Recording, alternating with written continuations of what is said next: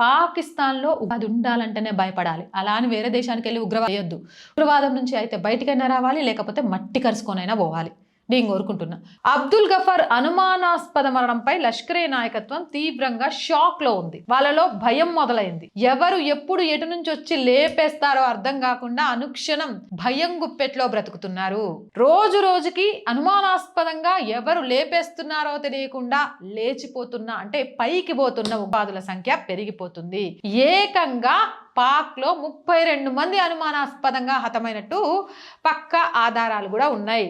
ఎవరో గాని వ్యక్తులు నాకు తెలియదు. సంతోషంగా ఆయురారోగ్యాలతో ఉండాలి. ఆ లిట్నే ఒక్కొక్కరిని లేపడేస్తా ఉండాలి. లేపేసే టైంలో వాళ్ళకి ఏం కాకుండా ప్రతి ఉగ్రవాది మాత్రమే లేచిపోయేటట్టు పక్కా స్కెచ్లతో వాళ్ళు చేయాలి. ఇలాంటి వాళ్ళను రూపుమాపుతున్న వాళ్ళను నేను రాముణ్ణి, కృష్ణుణ్ణి వీళ్ళందరినీ మా అమ్మమ్మ, మా నాన్నమ్మ వీళ్ళంతా కథలు చెప్తుంటే రామాయణ మహాభారతాల ద్వారా విన్నా. కానీ కనిపించని వీళ్ళే రాముడో కృష్ణుడో, వాళ్ళే ఈ భారతదేశం ముక్కలు కాకుండా ఈ భారతదేశాన్ని విచ్ఛిన్నం చేయాలనే వాదుల్ని లేపడేస్తున్నారు అని నమ్ముతున్నా.